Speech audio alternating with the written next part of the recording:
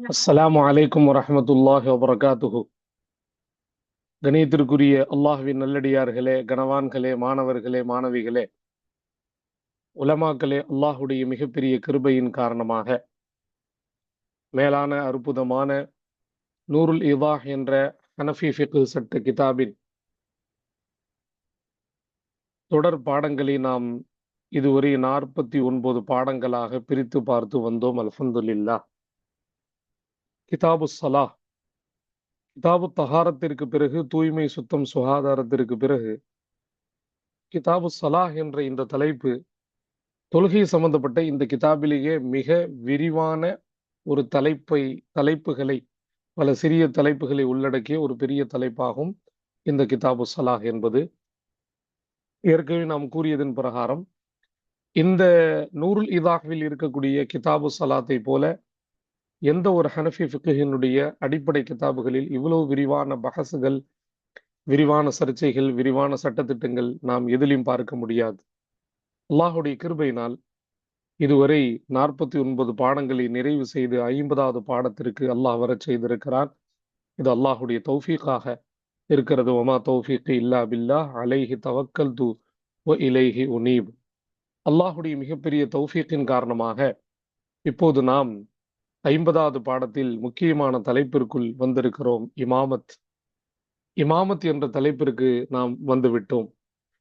பொதுவாக சலாத்தினுடைய மிகப்பெரிய, தொழுகையினுடைய மிகப்பெரிய சின்னமாக இருக்கக்கூடிய, அடையாளமாக இருக்கக்கூடிய, மிக முக்கியமான ஒரு ரூஹாக இருக்கக்கூடிய ஒரு செயல்தான் இமாமத்தினுடைய செயல். இமாமத் என்ற ஒரு இபாதத். இதற்கு தமிழில் தொழ வைத்தல், தொழ வைத்தல் என்று சொல்லப்படும். அதனுடைய சட்டங்களை இன்றைக்கு நாம் பார்க்க இருக்கிறோம். இந்த தலைப்பிலே இமாமத் என்று நாம் கொண்டு வந்து அதற்கான பொருளையும் எழுதிவிட்டோம். அடுத்தடுத்த தலைப்புகளில் இதற்கான பொருள் நமக்கு தேவைப்படாது. தொலை வைத்தல், இமான் என்பவர் தொலை வைக்கக்கூடிய மனிதருக்கு இமாம் என்று சொல்லப்படும் ஒரு ஃபாயிலாக இருக்கிறார். இமாமத் என்பது ஒரு ஃபஅல்.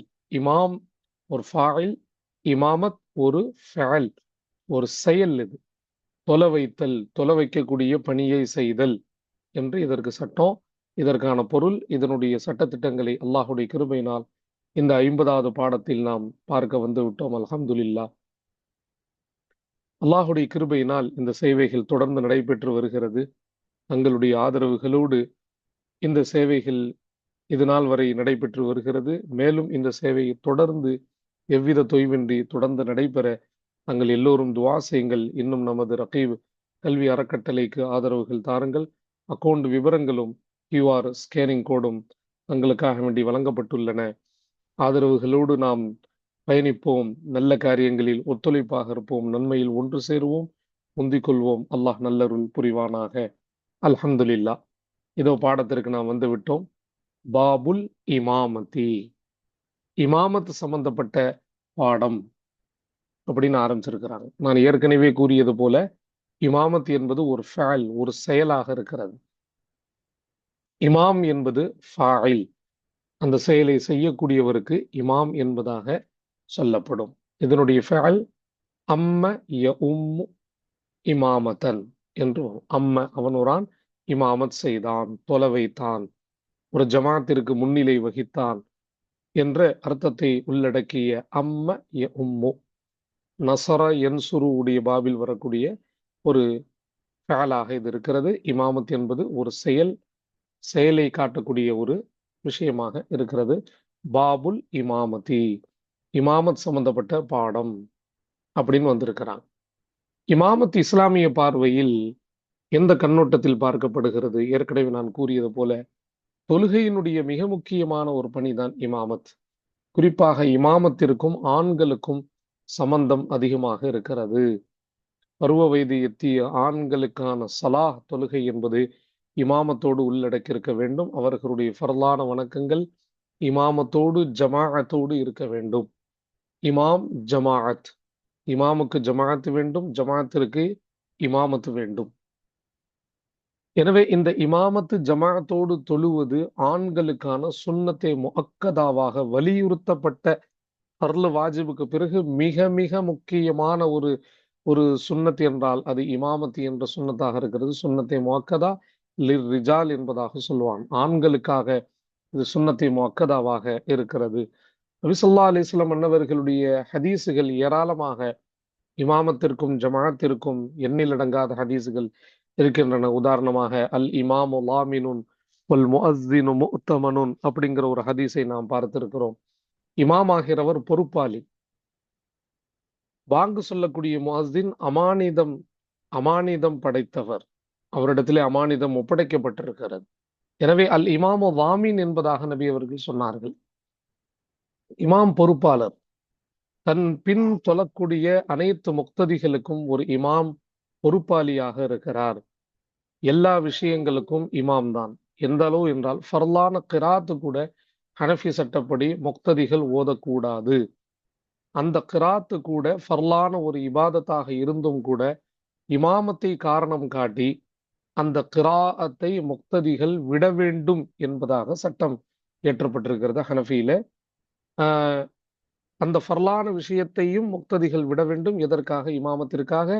அவர்களுடைய இமாம் அவர்கள் சார்பில் கிராத்தை ஓதிக்கொள்வார். எனவே முக்ததிகள் கிராத் ஓத வேண்டிய அவசியம் இல்லை. இந்த அளவுக்கு இமாமத்திற்கு ஷரியத்தில் முன்னுரிமை தரப்படுகிறது. மன்கான லஹு இமாமுன் ஃபகிராஅத்துல் இமாமி கிராஅத்துன் லஹு என்ற அற்புதமான ஹதீஸை தஹாவி ஷரீஃபில் நாம் படித்திருக்கிறோம். யாருக்கு இமாம் இருக்கிறாரோ இமாமுடைய கிராத்தே அவருக்கான அந்த முக்ததிக்கான கிராத்தாக இருக்கும். முக்ததி கிராத் ஓத வேண்டிய அவசியமில்லை. எனவே ஒரு இமாம் தன்னுடைய பரிசுத்தம், தன்னுடைய தூய்மை, தன்னுடைய நிய்யத்தினுடைய விசாலத்தன்மை, தன்னுடைய தக்வா பேணுதல் பயபக்தியின் அடிப்படையில் முக்ததிகள் எத்தனை முக்ததிகள் இருக்கிறார்களோ அத்துணை நன்மைகளையும் பன்மடங்காக பெறுகிறார் என்பது ஹதீசுகளுடைய விளக்கமாக இருக்கிறது.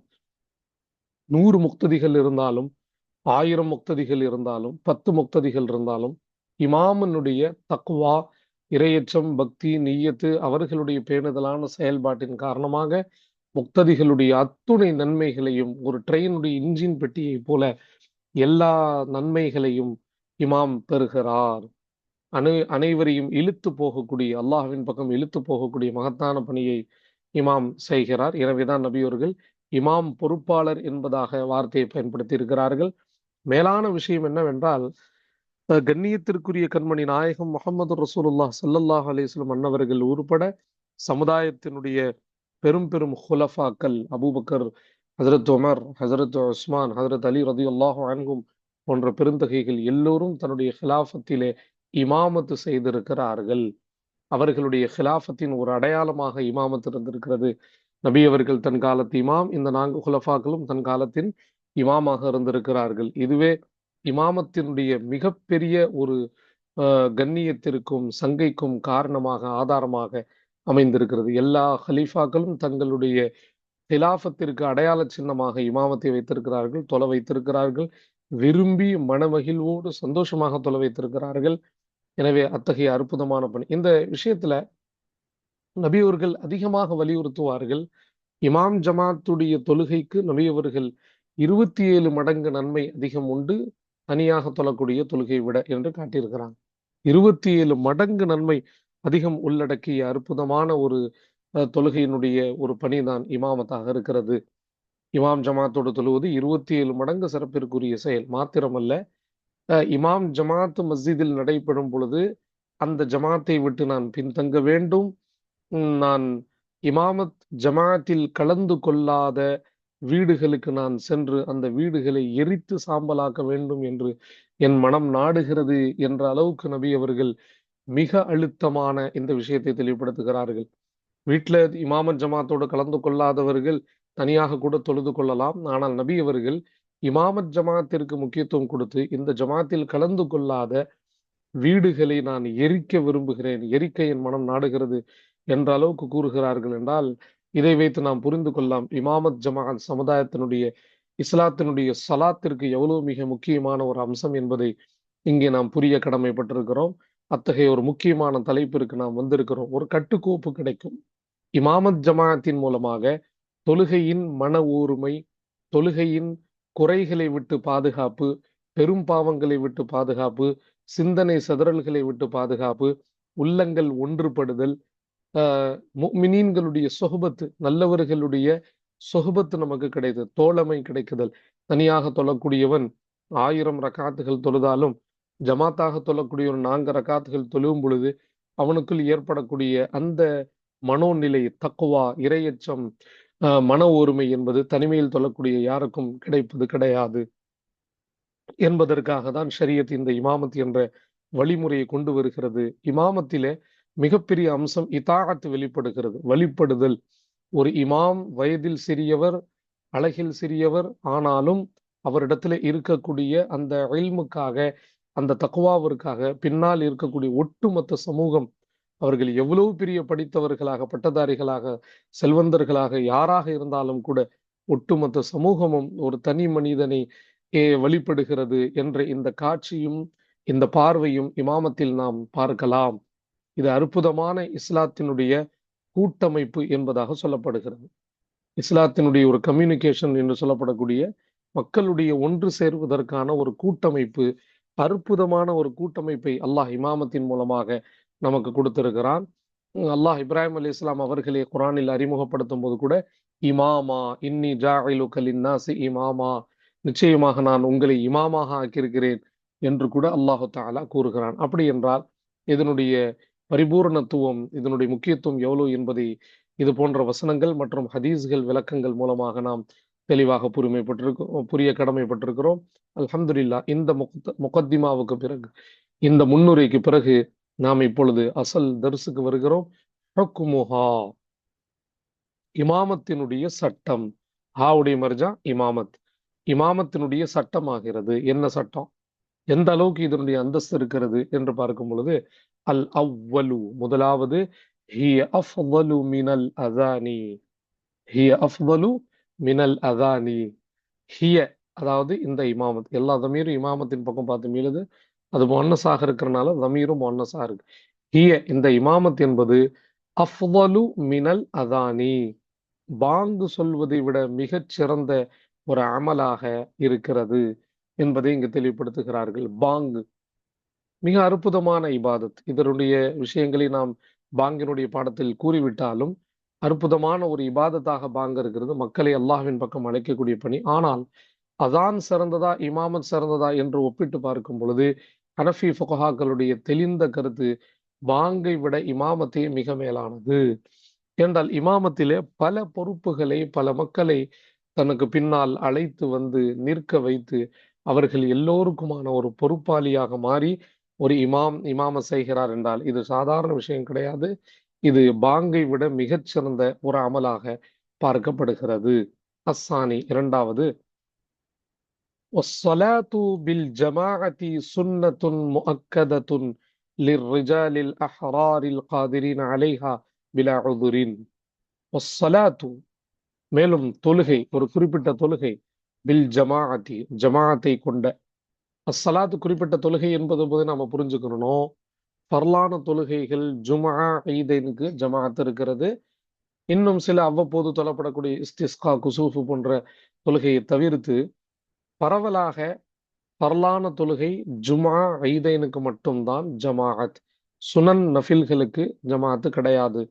ரமதானிலே இருக்கக்கூடிய தராவீகை தவிர்த்து இது போன்ற வேற எந்த சுன்னத்தான வணக்கத்திற்கு ஜமாத் இல்லை. எனவேதான் அஸ்ஸலாத்து பில் ஜமா, ஜமாத்தை கொண்ட ஒரு குறிப்பிட்ட தொழுகை, அதாவது அந்த ஃபர்லான தொழுகை சுன்னத்துன் முஅக்கதத்துன், இது ஹபர், இது முப்ததா, உறுதிப்படுத்தப்பட்ட சுன்னத்தாக இருக்கிறது. லிர் ரிஜாலி, ஆண்களுக்காக. இந்த கைதை நம்ம புரியணும், ஆண்களுக்காக தான் சுன்னத்தை முஅக்கதா. பெண்களுக்கு தொழுகை ஃபர்து, கட்டாய கடமை. ஆனால் ஜமாத் அவர்களுக்கு சுன்னத்தை முஅக்கதா கிடையாது. அவர்களுடைய தொழுகை வீட்டிலே மஸ்ஜிதில் அவர்கள் தொழுவதை விட சிறந்த தொழுகையாகும். வீட்டிலே பொது ஹாலிலே தொழுவதை விட அறையில் தொழுவது அவர்களுக்கு சிறந்த தொழுகையாகும். லிர் ரிஜாலி, ஆண்களுக்காக சுன்னத்தை முஅக்கதா. அந்த ஆண்கள் மௌசூஃப் ரிஜால் அல் அஹரார், அதனுடைய சிஃபத்.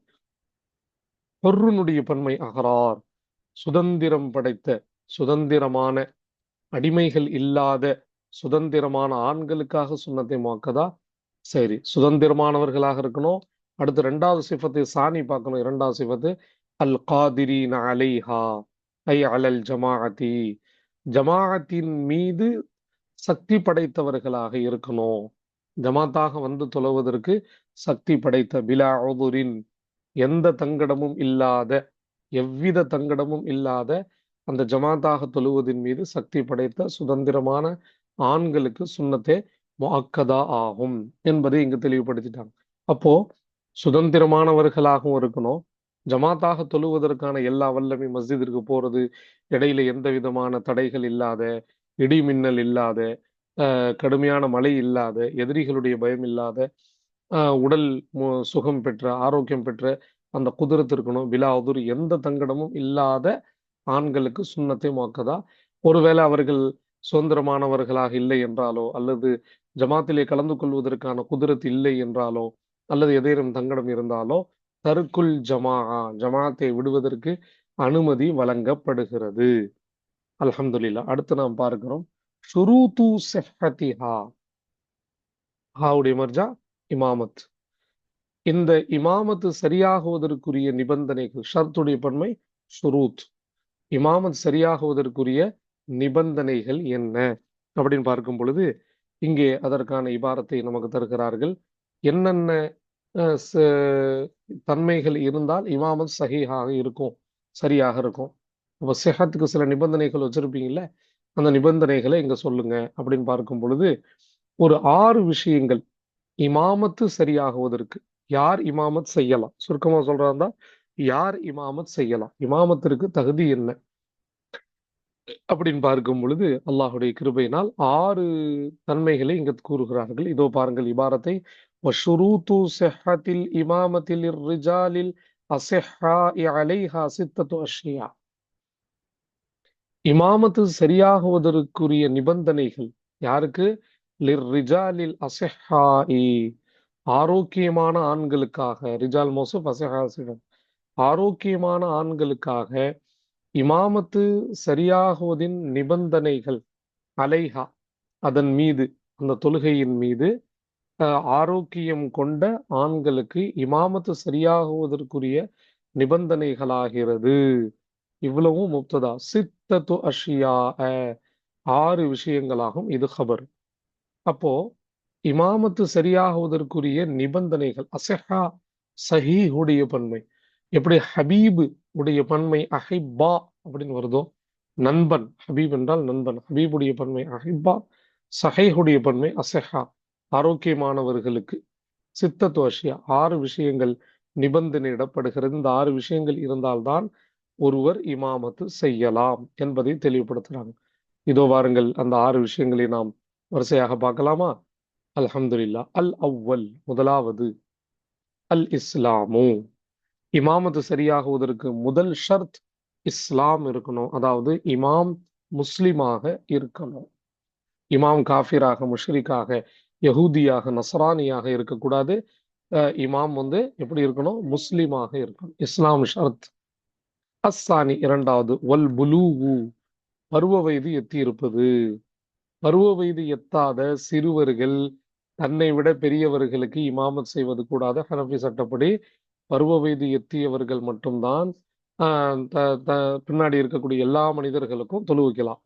பருவ வயது எத்தாத சிறுவர்களுக்கு தராவீஹுடைய சுன்னத்திற்கான அனுமதி வழங்கப்படுகிறது.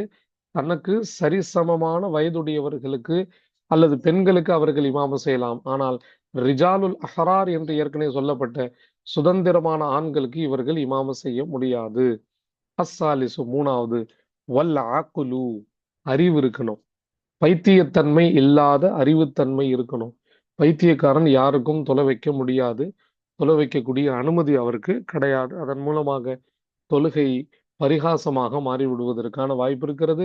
எனவே அக்குல், சுய புத்தி கொண்டவன், அறிவு கொண்டவன் இருக்க வேண்டும். அத்தகைய அறிவு கொண்டவர்களுக்கு தொலை வைக்கக்கூடிய அனுமதி இருக்கிறது.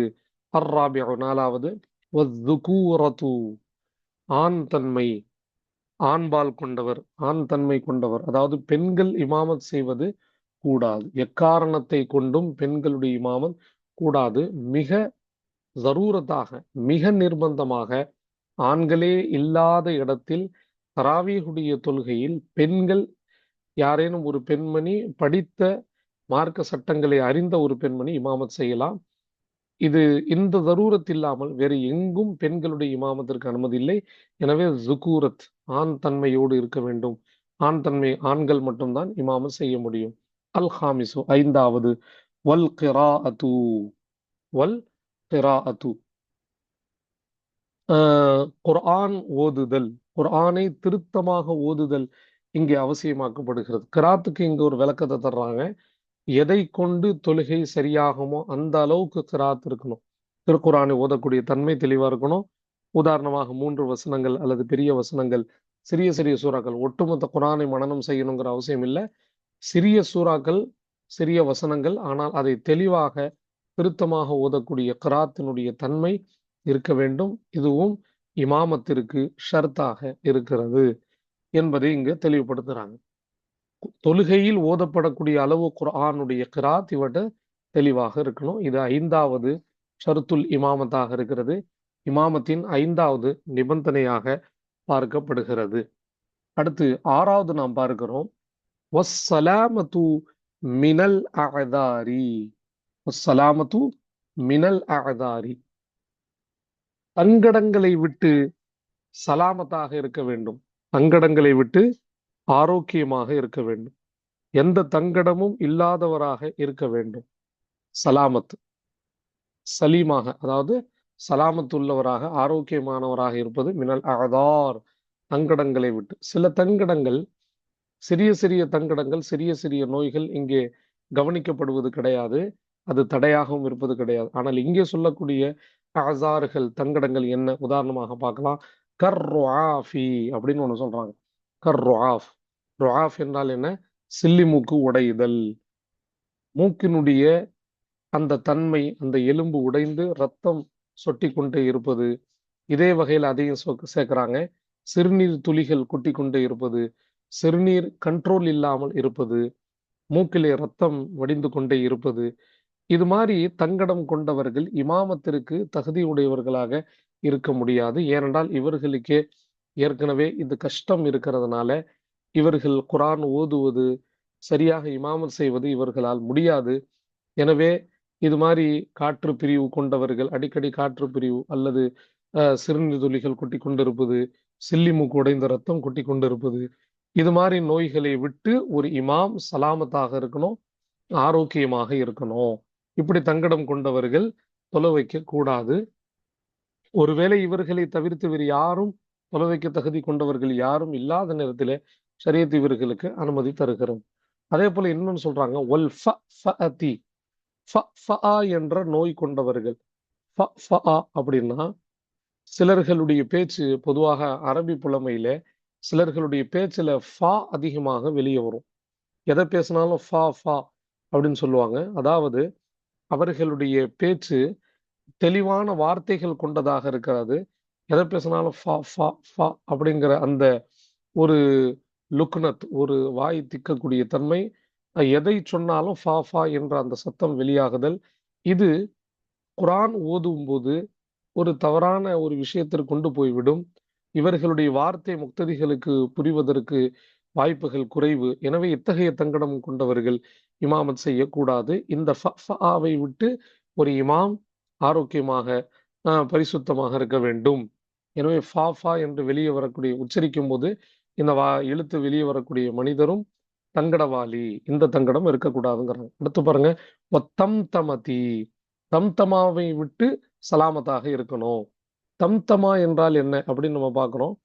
தம்தமா என்றால் பேச்சுவாக்கில், பேச்சுக்கு நடுவில் தாமீம் அதிகமாக உபயோகிப்பது. தம்தம தம்தம தம்தம, அதாவது பேசும்போது இது மாதிரி தாமீம் உடைய உச்சரிப்புகள் அதிகமாக வருவது. இந்த தன்மை கொண்டவர்களும் இமாமத்திற்கு தகுதி அவர்களிடத்துல இல்லை. வல்லசகி, லசகுடைய நோய் கொண்டவர்கள், அதாவது உச்சரிக்கும் பொழுது அதிகமாக சீனுடைய இடத்தில் சாவை உச்சரிப்பது, ராவுடைய இடத்தில் கைனை உச்சரிப்பது, இந்த மாதிரி எழுத்துக்களை மாற்றுவது, சீனை சாவாக ராவை கைனாக மாற்றக்கூடிய அந்த நோய்க்கு லசக் என்பதாக சொல்லப்படும். இந்த லசக், திக்குவாயின்னு சொல்லலாம்ல, அந்த திக்குவாய் தன்மை கொண்டவர்களும் இமாமத்திற்கு தகுதி படைக்க மாட்டார்கள். இதை விட்டும் அவர்கள் சலாமத்தாக இருக்கணும். வஃபக்தி ஷரத்தின், அடுத்த ஒரு விஷயம் சொல்றாங்க, ஏதேனும் ஒரு வெளி ஷரத்தை இழந்திருப்பது. தொழுகையினுடைய வெளிஃபர்லுகள் கடந்த பாடங்களில் படித்தோமே, அந்த வெளி ஷரத்துகளை விட்டு காலியாக இருப்பதும் நோய்க்கான அடையாளம். உதாரணமாக தஹாரத்தின், பரிசுத்தத்தை விட்டு காலியாக இருப்பது. பரிசுத்தம் இல்லாம இருக்கிறார். உடல், உடை, இடம் அசுத்தமாக இருக்கு அவருக்கு, இமாமுக்கு. எனவே அவர் இமாமத்திற்கு தகுதி படைக்க முடியாது. வசத்ரி அவுரத்தின், அதே போல அவுரத்தை மறைக்கக்கூடிய அந்த தன்மை விட்டு காலியாக இருக்கிறார்.